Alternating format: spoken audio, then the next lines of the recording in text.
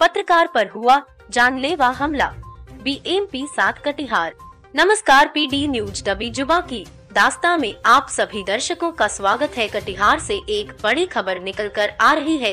खबर को कवरेज करने गए पत्रकारों के ऊपर असामाजिक तत्वों द्वारा की गई हाथापाई व बंदूक के दम पर लगातार कर रहे कालाबाजारी। जी हां, आप सही सुन रहे हैं। ऐसे ही मामला कटिहार के बीएमपी 7 कटिहार से।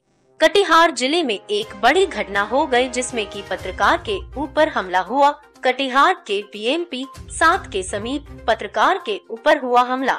यह घटना आम बात नहीं है। इससे पूर्व में भी 23 बार पत्रकारों के साथ ऐसी घटना हो चुकी है। आखिर इस पर कब तक संज्ञान लिया जाएगा? पत्रकार देश का चौथा स्तंभ होता है। कुछ अवैध व्यापार करने वाले, कुछ कालाबाजारी करने वाले लोग बंदूक के नोक पर, बंदूक के दम पर पत्रकार को धमकाया और उनसे मोबाइल भी छीन लिया गया। जब पत्रकार न्यूज कवरिंग के दौरान यह घटना हुई थी और पत्रकार का कहना है कि सभी पत्रकार मिलकर कलेक्ट्रेट में धरना प्रदर्शन करेंगे। जब तक उचित कार्रवाई नहीं होगी तब तक धरना प्रदर्शन करते रहेंगे, क्योंकि पत्रकार के ऊपर ये अत्याचार बर्दाश्त नहीं किया जाएगा।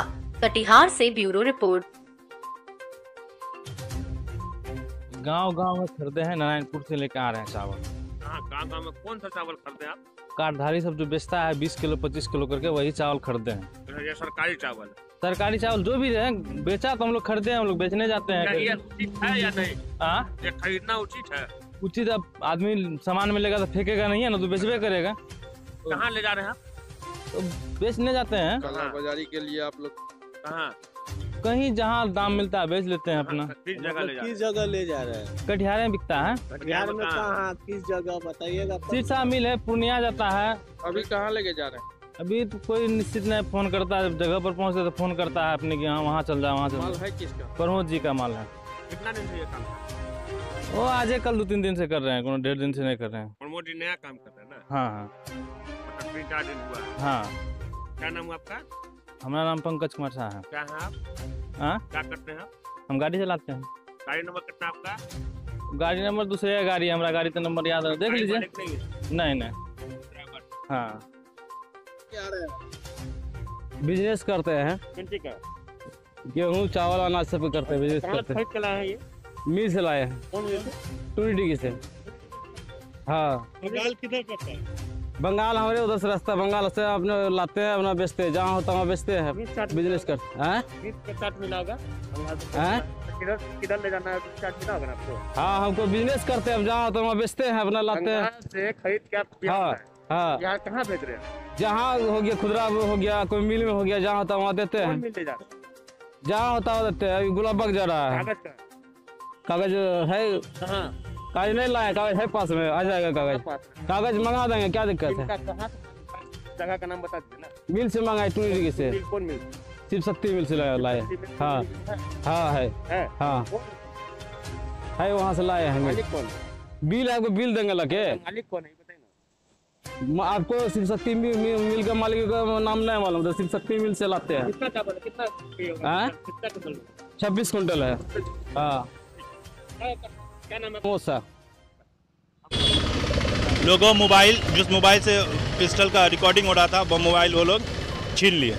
छीनने के बाद बोला कि बेनीपट्टी में जिस तरह पत्रकार को जिंदा जला दिया गया था, तुम लोग को भी यही करेंगे। और तुम मैंने इस तरह गंदा लहजे में बहुत ज्यादा गंदे, हाँ सब प्रयोग किया गया। बहुत गंदा लहजा था, उनका बात करने का तरीका बहुत गंदा था। प्रशासन से क्या मांग? देखिए, प्रशासन से हम यही चाहेंगे कि जो भी दोषी है इसमें अविलंब कार्रवाई की जाए, नहीं तो हम पत्रकार अब जब सुरक्षित ही नहीं है तो हम लोग जिला प्रशासन को जरूर घेरेंगे और निश्चित रूप से उनके पास जाएंगे।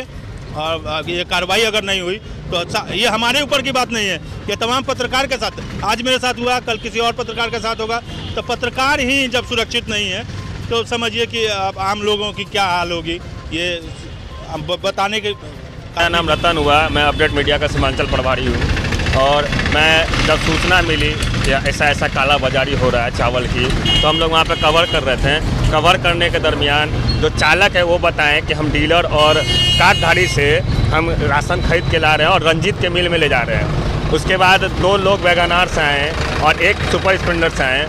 वो जो वैगनार से लोग आए वो हथियार हमको सटा दिए और बोलने लगे कि तुम साले बेनीपट्टी वाला कहानी भूल गए हो, तुमको भी हम कहीं मार के फेंक देंगे और मेरा कोई कुछ नहीं बिगाड़ पाएगा।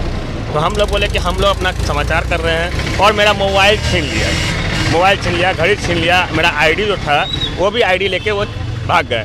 उसके बाद उससे घटना के ठीक थोड़ा देर पहले ही हमको फ़ोन आया था, उन्होंने हमको बताया कि मैं रंजीत बोल रहा हूँ, मेरा गाड़ी छोड़ दीजिए नहीं तो बुरा हो जाएगा। तो हम बोले कि मैंने आपका गाड़ी आना होगा क्या हमको? हाँ, बोला हम आ रहे हैं तब आपको बताते हैं। तो हम बोले कि आप आके हमको क्या बताइएगा। हाँ, उसके बाद हम जब पूरा वीडियो बनाने लगे, हथियार जो दिखाने लगा, तो हम किसी तरह डर गए और हम वीडियो बनाने लगे। तो वीडियो बनाने के बाद वो देख लिया कि मेरा वीडियो, वो मेरा मोबाइल छीन लिया, इसमें हथियार का वीडियो था। और अब ये बताइए कि जब हम लोग सुरक्षित नहीं हैं तो आम जन लोग क्या करेंगे? अब ये हम तो मांग कर रहे हैं कि पहले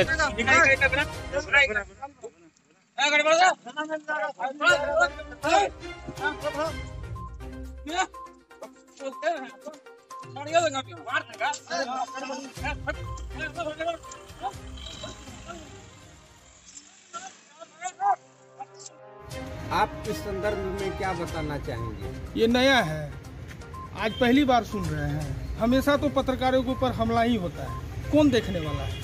चाटुकार पत्रकार अगर रहता तो उस पर हमला थोड़ी होता है। ये जो काम निष्पक्ष करता है ना, उसी पर हमला होता है। सोनू चौधरी किसका क्या बिगाड़ा?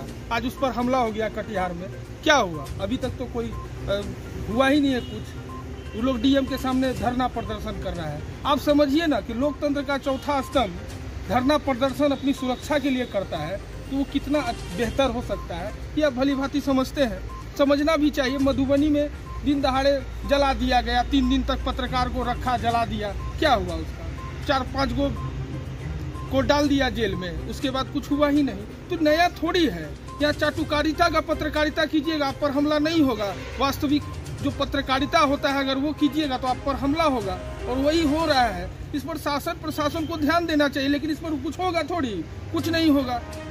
हम धरना प्रदर्शन करेंगे, उसके बाद कुछ नहीं होगा, 1-2 के ऊपर FIR हो जाएगा, कौन देखने वाला है, कौन सुनने वाला है? यहाँ तो सरकार भी उन्हीं के फेवर में रहती है जो चाटुकारिता का पत्रकारिता करते हैं।